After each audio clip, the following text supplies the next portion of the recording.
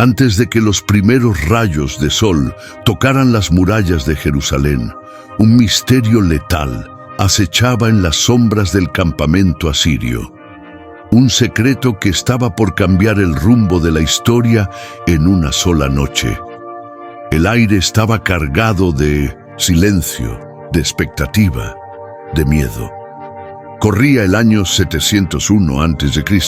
bajo el reinado de Ezequías, rey de Judá, un hombre de fe que había restaurado el templo y desafiado al imperio más temido de su tiempo. Asiria, la temible potencia del norte, con ejércitos imparables y un apetito feroz por conquistar, ya había aplastado a innumerables pueblos. Sennacherib, su orgulloso rey, estaba al mando del ejército más poderoso de la época. Sus 185.000 soldados cubrían las tierras que rodeaban Jerusalén como una plaga, sus banderas ondeando bajo el ardiente sol de Judá. El asedio estaba a punto de caer sobre la ciudad sagrada, el último bastión frente a la expansión pagana. Dentro de los muros, el pueblo estaba aterrorizado, pero Ezequías, descendiente del rey David, elevaba su mirada al cielo, su fe inquebrantable. Murmuraba antiguas oraciones, suplicando por una intervención divina para evitar la masacre inminente. «Señor mío», susurró en lo profundo del templo, «solo tú puedes salvarnos». Mientras tanto, en lo alto de los cielos, invisible a los ojos humanos, un ser radiante hecho de luz y fuego, desenvainaba su espada ardiente. El ángel del Señor, ejecutor de justicia divina, esperaba únicamente la orden para desatar su imparable poder. Aquella noche, el viento se detuvo. Un silencio extraño cubrió el valle. En el campamento asirio, los oficiales celebraban por adelantado, planeando el ataque final al amanecer. «Mañana», bramó Rabsaces, general de Sennacherib, «Jerusalén caerá como todas las demás. Su Dios no podrá salvarlos, igual que los dioses de Hamat o Arpad no salvaron a sus pueblos». Las risas resonaban en la tienda real, pero un anciano consejero sintió un escalofrío recorrerle la espalda. Alzó la vista al cielo sin estrellas, intuyendo que fuerzas invisibles se movían en las sombras de la noche. Mientras el reloj invisible avanzaba hacia la hora marcada, el mundo celestial y el terreno se preparaban para un choque que quedaría grabado en la memoria de la humanidad durante milenios. Era el año 14 del reinado de Ezequías, un tiempo de desafíos nunca antes vistos para el pequeño reino de Judá. Tras la caída de Israel, su reino hermano del norte, Judá se mantenía firme como el último guardián de la fe en el Dios verdadero. Ezequías no era un líder común. Desde que subió al trono, se dedicó a eliminar ídolos, a restaurar el templo y a renovar el pacto con el Señor. «Confiaré en el Dios de Israel», proclamó ante su pueblo en el templo purificado, «porque solo Él es nuestro escudo y fortaleza». Sennacherib, por su parte, representaba el poder humano en su forma más brutal. Su imperio iba desde las montañas de Persia hasta las llanuras egipcias. Los reyes temblaban al oír su nombre, y las ciudades eran borradas del mapa si osaban resistirse. «Ningún Dios ha salvado a su pueblo de mis manos», alardeaba Sennacherib en las inscripciones de piedra que cubrían su imperio. «Soy el azote, enviado por los grandes dioses de Asiria para castigar a los rebeldes». El enfrentamiento entre Ezequías, un humilde servidor del Dios invisible, y Sennacherib, un tirano que se creía casi un dios, estaba a punto de estallar en un conflicto de proporciones sobrenaturales. Las primeras noticias de la invasión llegaron a Jerusalén por boca de refugiados exhaustos. «Vienen como una tormenta», gritaban hombres cubiertos de polvo y heridas. «Laquis ha caído, todas las fortalezas están cayendo». Ezequías reunió a su consejo. Algunos proponían rendirse, otros buscaban alianzas con Egipto. Pero entonces entró el profeta Isaías con mirada ardiente y barba canosa. Así dice el Señor, tronó Isaías. No temas al asirio que te amenaza con palabras altivas. Yo pondré un espíritu en él, oirá un rumor y regresará a su tierra, donde será derribado por la espada. Esa misma noche, 3 emisarios asirios llegaron a las puertas de Jerusalén. Rabsaces habló en voz alta para que todos los que estaban en las murallas escucharan. ¿En qué confían para resistir? Egipto es un bastón roto que perfora la mano de quien lo apoya. Y si dicen que confían en el Señor, ¿no es ese el mismo Dios cuyos altares Ezequías removió? Un silencio ominoso se extendió por las murallas, roto solo por el viento ardiente del desierto. El momento de la prueba final para Jerusalén había llegado. Al amanecer, el sol iluminó el vasto campamento asirio. Las tiendas cubrían las colinas como una alfombra metálica. El estruendo de miles de soldados preparando sus armas llenaba los valles con una sinfonía aterradora. Dentro de Jerusalén, Ezequías rasgó sus vestiduras al leer la carta de Sennacherib, una carta cargada de blasfemia. No permitas que tu Dios, en quien confías, te engañe al decir: Jerusalén no caerá en manos del rey de Asiria. Así resonaban las palabras de los mensajeros retumbando por las calles de Jerusalén como un eco de fatalidad. La noticia recorría los muros, las plazas, los mercados. Las mujeres murmuraban entre sí, los niños jugaban menos ruidosos y los ancianos, sentados en los escalones, alzaban la vista al cielo como buscando señales. Pero mientras el miedo crecía en cada rincón de la ciudad, Ezequías, el rey, avanzaba con paso firme hacia el templo, sin escolta, sin corona ni cetro, solo, llevando entre las manos la carta amenazante que buscaba doblegar su espíritu. Atravesó los patios del santuario, subió las gradas donde generaciones enteras habían buscado a Dios y se detuvo frente al altar. Allí, en el centro del lugar más sagrado, desenrolló la carta y la extendió ante el Señor, como quien deposita no solo un mensaje, sino el peso de toda una nación. «Oh Señor, Dios de Israel», comenzó Ezequías, su voz cargada de angustia, de anhelo y de fe. «Entronizado entre los querubines, solo tú eres Dios sobre todos los reinos de la tierra. Inclina, Señor, tu oído y escucha, abre tus ojos y contempla las palabras de Sennacherib, que insulta al Dios viviente. Es cierto, Señor, que los reyes asirios han devastado naciones y arrojado sus dioses al fuego. Pero esos no eran dioses, sino obras de manos humanas, de madera y de piedra. Ahora, Señor nuestro Dios, líbranos de sus manos, para que todos los reinos de la tierra sepan que solo tú eres Dios». Las palabras de Ezequías se elevaron en el templo, cruzaron las columnas, ascendieron hacia lo alto, resonaron en las cámaras ocultas del cielo. Mientras tanto, en el vasto campamento asirio, Sennacherib, rey conquistador, celebraba. En su tienda, engalanada con tapices de ciudades sometidas y llena de tesoros arrebatados a templos de dioses extranjeros, el monarca bebía de copas de oro y se rodeaba de concubinas y músicos. Las risas llenaban el aire, mientras los generales se reunían alrededor de mapas extendidos sobre mesas de campaña, trazando rutas de asalto y marcando las grietas de las murallas de Jerusalén. Afuera, los guerreros afilaban espadas, revisaban catapultas, preparaban arietes, seguros de la victoria que llegaría con el alba.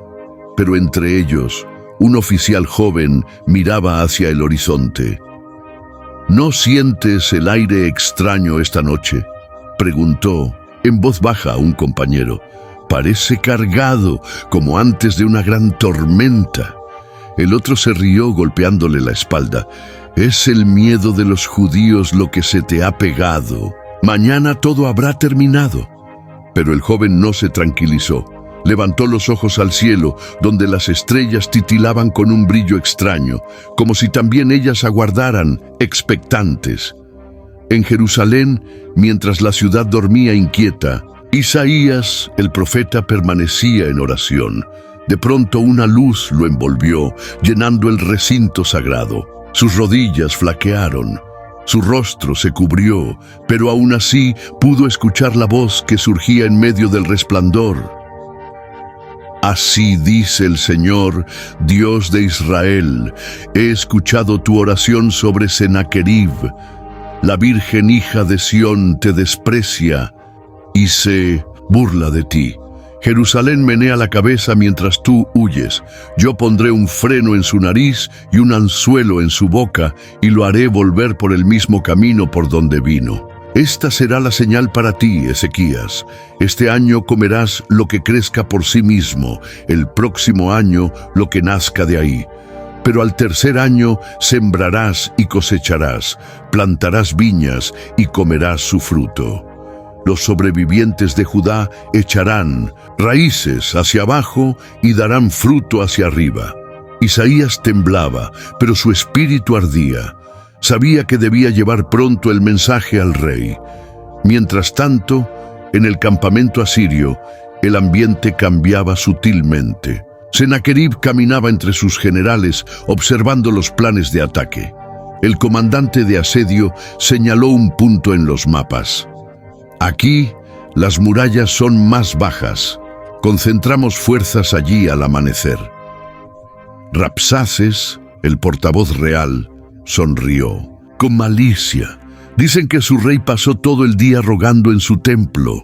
Las risas estallaron en la tienda, pero un anciano consejero permanecía en silencio. Había servido bajo el padre de Sennacherib y visto caer reinos enteros, pero algo en este asedio le erizaba la piel. Majestad, se atrevió a decir, quizá deberíamos considerar una tregua. Estos judíos luchan con una fuerza extraña. Cuando se trata de su templo, los ojos de Sennacherib centellearon con furia. ¿Te acobardas en la víspera de la victoria, viejo? Quizá tu tiempo ha terminado. El consejero inclinó la cabeza, obediente, pero al salir de la tienda, lanzó una última mirada al cielo. Las estrellas, que solían parecerle distantes, brillaban esa noche con un fulgor inusitado, como si anunciaran que el destino estaba a punto de desatarse. Un escalofrío recorrió el corazón de Judá, como si los mismos cielos estuvieran tensos, preparados para irrumpir en el destino de los hombres. La noche descendió pesadamente sobre Jerusalén, cubriendo la ciudad con un velo denso y extraño. En las casas, familias enteras se congregaban, algunos llorando en silencio, otros susurrando plegarias al Dios de sus padres. Las lámparas titilaban en las ventanas, lanzando sombras danzantes en las paredes agrietadas. Las madres envolvían a sus hijos en mantas, acariciándoles el cabello y prometiendo con voz temblorosa que todo iría bien, aunque ni ellas mismas lograban creerlo. En el palacio, Ezequías caminaba de un lado a otro. Acababa de escuchar de labios de Isaías la proclamación del Altísimo. Había esperanza, sí, pero también una incredulidad palpable en la sala. «Que se armen los hombres», ordenó Ezequías, su voz resonando en las columnas del palacio. «Si el Señor nos libra, debemos estar listos para perseguir al enemigo. Nadie duerma esta noche». La determinación brillaba en sus ojos, incluso mientras las manos le temblaban brevemente al cerrarse en puños. Mientras Jerusalén velaba, en el campamento asirio reinaba una inquietud sorda. El aire, usualmente fresco en las noches del desierto, se sentía pesado, espeso, como si colgara una cortina invisible entre el cielo y la tierra. Los perros guardianes, que jamás temblaban ante hombres o bestias, comenzaron a gemir y a replegarse sobre sí mismos. Los caballos, nerviosos, pateaban el suelo, sus resoplidos levantando pequeñas nubes de polvo. En la periferia, un centinela sintió cómo el vello de sus brazos se erizaba. «¿Escuchas eso?», murmuró a su compañero. El otro negó con la cabeza, aunque su propia espada ya estaba desenvainada. «No escucho nada, y eso es lo que me asusta». En lo alto, invisible para ojos humanos, un ángel avanzaba. No era la figura dulce de los relatos futuros, sino un ser tallado en fuego y luz, un heraldo de juicio. La orden había sido dada desde lo eterno. «Ve, defiende la ciudad que porta mi nombre». Cuando descendió, el aire pareció tensarse, como una cuerda a punto de romperse. Dentro de su tienda, Sennacherib despertó con un sobresalto. Una sensación desconocida, mitad presentimiento, mitad miedo, lo impulsó a apartar las cortinas y asomarse. Su mirada barrió las estrellas, buscando sin saber qué. Por un breve segundo, una luminiscencia pálida surcó el cielo, y su pecho se contrajo. En ese mismo instante, a lo lejos, el primer soldado asirio se desplomó, como si una vela hubiera sido apagada por un soplo invisible. No hubo grito, ni lucha, ni advertencia. Solo un silencio que se propagaba, devorando todo a su paso. La muerte cayó sobre el campamento asirio como un susurro letal. Nadie vio la mano que golpeó, nadie escuchó el paso del ejecutor. El ángel se movía entre las filas, intangible y absoluto, dejando tras de sí cuerpos que se derrumbaban en medio de frases inacabadas, manos extendidas que no alcanzaban a Binno Papati, tocar el suelo, ojos abiertos fijos en la nada. Desde los centinelas en las afueras hasta los soldados de élite en el centro, nadie fue capaz de resistir. Entre las carpas de los oficiales, un joven comandante, que había despertado para tomar su turno, descubrió a su superior desplomado, los labios aún entreabiertos. «¡A las armas!», gritó rompiendo el silencio petrificado. Pero las armas de hombres no podían detener a lo invisible. Flechas disparadas a ciegas caían al polvo. Espadas se agitaban contra la nada, chocando con el vacío. Era como intentar contener el viento con las manos. En medio del caos creciente, Sennacherib salió tambaleándose, rodeado de guardaespaldas que, uno a uno, caían a su lado como troncos cortados. Sus ojos desorbitados fueron testigos de una escena que ni el más fiero de los mortales habría podido imaginar. Un ejército reducido a un campo de muñecos caídos, cuerpos que yacían en un silencio que helaba la sangre. «¿Qué es esto?», gritó, su voz quebrándose, el orgullo disipándose como humo frente a un terror inexplicable. «¿Qué brujería es esta?», exclamó con voz quebrada el viejo sacerdote asirio, sus manos huesudas temblando al aferrarse al borde del manto real. Su rostro curtido por años de sacrificios y plegarias a dioses guerreros palidecía bajo la luz mortecina de las antorchas. De rodillas frente a Sennacherib, su voz apenas era un murmullo. «Es la mano de un dios, pero no uno de los nuestros. Es el Dios de Judá, majestad, aquel a quien hemos desafiado». En lo alto de las murallas de Jerusalén, los centinelas observaban el espectáculo sin comprenderlo del todo. El vasto campamento que poco antes hervía de actividad, incluso en las horas nocturnas, ahora parecía un tapiz apagado. Grandes sectores permanecían sumidos en una oscuridad irregular, mientras las antorchas caían de dedos sin vida y las fogatas morían lentamente, como si la noche misma extinguiera el fuego. «¿Qué ocurre allá?», preguntó un joven arquero, los ojos grandes por el asombro. El comandante a su lado, un veterano de incontables batallas, no respondió de inmediato. Su aliento se contenía en el pecho, pero cuando al fin habló, sus palabras fueron un susurro emocionado. «Es el Señor luchando por nosotros, como en los días de Moisés». Lejos, en medio del campamento asirio, el ángel del Señor proseguía su inexorable avance. Sin distinción, los guerreros iban cayendo. Generales de manto púrpura, arqueros de ojos atentos, jinetes que soñaban con la gloria. Todos por igual, alcanzados por una sentencia que ningún arma ni muralla podía detener.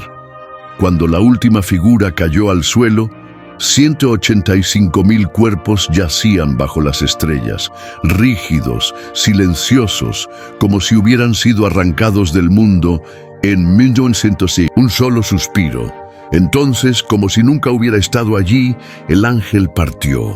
El silencio que quedó atrás ya no era sobrenatural, sino espantosamente humano, el de la muerte. Con el primer resplandor del amanecer, el paisaje se reveló en toda su crudeza. El sol ascendía, lanzando sus rayos sobre un campo de muerte, donde filas enteras de soldados yacían en las posiciones en que habían dormido, eternamente quietos. No había heridas ni señales de lucha, solo rostros congelados en su último instante. En su tienda real, Sennacherib emergió, vacilante. Su túnica bordada, símbolo de autoridad, parecía demasiado pesada ahora, y su corona, un peso insoportable. Miró alrededor con ojos desorbitados, contemplando los restos de lo que había sido el ejército más temido del mundo. El orgullo se derrumbaba dentro de él, sustituido por un terror puro y despojado de toda máscara. 185.000, murmuró un oficial superviviente, su voz quebrándose al pronunciarlo. Toda la fuerza de ataque, todos los arqueros, toda la caballería. Desde las murallas, los vigías de Jerusalén observaban la escena con una mezcla de estupor y reverencia. El mar de estandartes, tiendas y armas que había cubierto la llanura la noche anterior, ahora era un cementerio silencioso. Las noticias corrieron como fuego por la ciudad. «Venid a ver», gritaban los guardias convocando a los vecinos. «Venid a contemplar lo que el Señor ha hecho esta noche». Ezequías, acompañado de Isaías y sus consejeros, subió apresuradamente a las murallas. Allí, el rey, habitualmente elocuente, permaneció callado durante largos minutos, mirando fijamente el campo. Finalmente, Isaías habló, su voz reverberando con una autoridad que parecía venir de lo alto.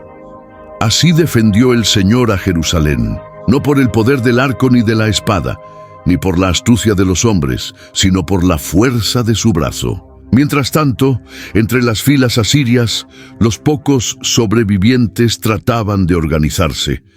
Los oficiales gritaban órdenes vacías, los soldados, presas del pánico, corrían en todas direcciones, convencidos de que el desastre aún no había terminado. En medio de ese caos, Sennacherib montaba en cólera mezclada con desesperación. «Preparad mi carro», rugió, evitando cuidadosamente mirar el campo de cadáveres. «Nos marchamos a Nínive antes del mediodía». Un consejero, anciano, el mismo que la noche anterior había rogado cautela, se acercó al monarca con pasos vacilantes. «Majestad», dijo, su voz apenas un murmullo, «¿qué diremos cuando lleguemos a Nínive? ¿Cómo explicaremos esto?» Los ojos de Sennacherib brillaron por un momento, mostrando un destello de su antiguo orgullo. «Diremos que fue una plaga, una enfermedad súbita, una peste devastadora». Pero en su fuero interno sabía la verdad que nunca se atrevería a pronunciar. Había desafiado a un poder que trascendía a todos los dioses de Asiria y solo por misericordia inexplicable seguía con vida. En Jerusalén, mientras tanto, el pueblo estallaba en una celebración espontánea. Las calles vibraban con cantos de júbilo, las mujeres danzaban tomadas de las manos, los niños correteaban entre las plazas y los hombres se abrazaban, las lágrimas corriendo libremente por sus rostros barbados. El sol, alto en el cielo, bañaba la ciudad en luz dorada, mientras los salmos de gratitud llenaban el aire. Era una sinfonía de voces humanas que parecía elevarse hasta las mismas piedras de la ciudad, como si la propia Jerusalén cantara. Cuando el Señor hizo volver a los cautivos de Sión, entonaban los levitas en el templo: fuimos como los que sueñan. Entonces nuestra boca se llenó de risa y nuestra lengua de cánticos de alegría. Ezequías, vestido con sus ropas reales, lideró una procesión solemne al templo. En sus manos llevaba una ofrenda de gratitud tan generosa que los sacerdotes apenas podían contabilizar sus tesoros. El rey, que había llorado amargamente ante la amenaza asiria, ahora tenía lágrimas de alegría en sus ojos. Hoy, proclamó él ante la asamblea reunida, presenciamos lo que nuestros antepasados nos contaron, lo que nuestros padres aprendieron de sus padres. El Señor es un guerrero, el Señor es un hombre. ¿Quién como tú entre los dioses, oh Señor? ¿Quién como tú, majestuoso en santidad, terrible en hechos gloriosos, realizador de maravillas? Mientras tanto, a algunas millas de distancia, lo que quedaba del otrora poderoso ejército asirio se retiraba en desorden. Carruajes y carretas abandonadas bloqueaban el camino mientras soldados aturdidos caminaban como hombres en trance. El miedo a ser alcanzados por el ángel de la muerte, como ahora lo llamaban en susurros, los impulsaba a una huida desesperada. Sennacherib, en su carruaje real tirado por 4 caballos blancos, mantenía los ojos fijos en el horizonte, negándose a mirar hacia atrás. El gran conquistador, que había expandido las fronteras de Asiria más allá de lo que cualquier predecesor lograra, ahora huía de una ciudad que no había conseguido conquistar. La historia recordará esto como una retirada estratégica, murmuró él a su escriba, que anotaba fielmente en una tablilla de arcilla. Registra que una enfermedad golpeó el campamento, forzándonos a posponer la conquista de Jerusalén. El escriba asintió, pero sus ojos traicionaban la verdad que todos conocían. Ninguna enfermedad natural podría matar con tal precisión y rapidez. Ninguna plaga podría seleccionar exactamente 185,000 víctimas, dejando a otros completamente intactos. De vuelta a Jerusalén, Isaías se encontró con Ezequías en una sala reservada del palacio. El rostro del profeta, normalmente austero, estaba sereno. Así se cumplió la palabra del Señor, dijo él al rey. Pero recuerda, este milagro no fue solo para esta generación, sino para todas las generaciones venideras. El relato de lo que ocurrió aquí hoy debe ser preservado con exactitud. Ezequías asintió, convocando a sus escribas reales. «Registren todo», ordenó. «Cada detalle, cada número, que nuestros hijos y los hijos de nuestros hijos sepan que el Dios de Israel es el Señor de los ejércitos y que Él defiende a aquellos que en Él confían». A medida que el día avanzaba, algunos de los más valientes ciudadanos de Jerusalén se aventuraron fuera de las murallas para observar el campo de muerte. Lo que vieron desafiaba la comprensión. Filas y más filas de soldados, aún en sus armaduras relucientes, yacían como si hubieran sido tocados por un dedo invisible. Un joven sacerdote, caminando entre los muertos, notó algo extraordinario. No había descomposición, no había el hedor habitual de la muerte.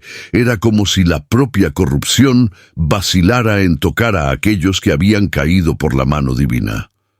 «Es una señal», dijo él a sus compañeros, «una señal de que no fue por mano humana que estos hombres perecieron».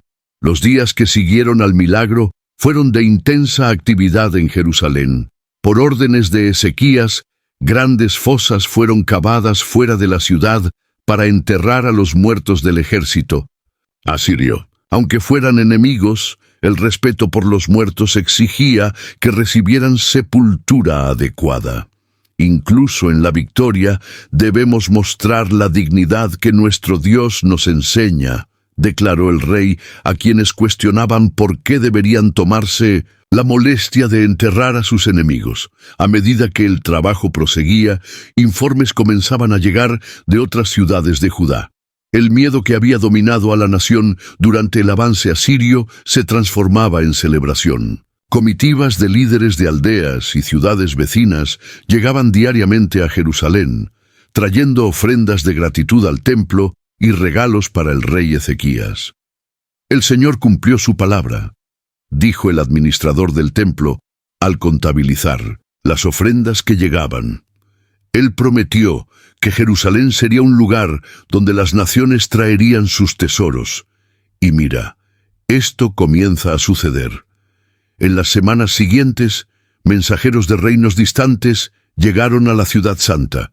Incluso naciones que habían vacilado en oponerse a Asiria ahora enviaban emisarios con regalos y propuestas de alianzas. El pequeño reino de Judá, que parecía destinado a la extinción, repentinamente se encontraba en el centro de las atenciones diplomáticas del mundo conocido. Un embajador babilonio, representando al rey Merodach Baladán, se presentó en el palacio con magníficos regalos y una carta sellada. «Mi señor ha oído sobre su enfermedad y recuperación milagrosa», declaró el embajador refiriéndose al rey. Mientras el embajador babilonio hablaba, Ezequías lo escuchaba con atención, pero su mirada se perdía por momentos hacia las ventanas del palacio, donde los ecos de los cánticos del pueblo seguían elevándose. Isaías, de pie a su lado, observaba con una mezcla de satisfacción y preocupación. Esa noche, cuando la ciudad por fin cayó en el silencio del descanso, Ezequías subió solo a la azotea del palacio. Desde allí contempló las murallas, las casas apiñadas, las antorchas parpadeantes que iluminaban las calles y más allá las llanuras donde días antes la muerte había caminado. Cerró los ojos y habló en voz baja. «Señor, nos has dado una salvación más grande de lo que merecíamos. No permitas que olvidemos». Al día siguiente en el templo, Isaías reunió a los escribas, levitas y ancianos. «Escuchadme, hombres de Judá», dijo con voz firme. «Vendrán días en que la paz que ahora disfrutamos será puesta a prueba. No confiéis en carros ni caballos, ni en alianzas con Babilonia o Egipto. Si olvidáis al Señor que os libró, Jerusalén caerá no por manos enemigas, sino por la soberbia de su propio pueblo». Las palabras del profeta quedaron grabadas en muchos corazones, pero también surgió el murmullo entre algunos jóvenes oficiales. ¿Por qué hablar de desgracias en medio de tanta gloria? ¿No era este el tiempo para celebrar y construir? Pasaron las semanas, y entre los sobrevivientes asirios que regresaban a Nínive, las historias del ángel invisible se esparcían como humo. Algunos hablaban de un viento venenoso, otros de una sombra que flotaba entre las tiendas, otros incluso de un guerrero de luz cegadora que caminaba entre las filas y con un solo gesto apagaba la vida. En los templos de Asiria, los sacerdotes ofrecían sacrificios para apaciguar a sus dioses, pero en los corazones de muchos comenzaba a nacer una grieta de duda. ¿Y si el Dios de Judá era más poderoso? Mientras tanto, Ezequías ordenó construir una inscripción en piedra colocada en la entrada del templo donde todos pudieran leer: «El Señor, Dios de Israel, quebrantó al orgulloso y levantó al humilde. Que todo aquel que cruce estas puertas recuerde, no es por espada ni por lanza que viene la victoria, sino por el poder del Altísimo». Esa piedra permaneció durante generaciones, un testigo mudo que habló a los corazones atentos y advirtió a los que con el tiempo comenzaron a olvidar.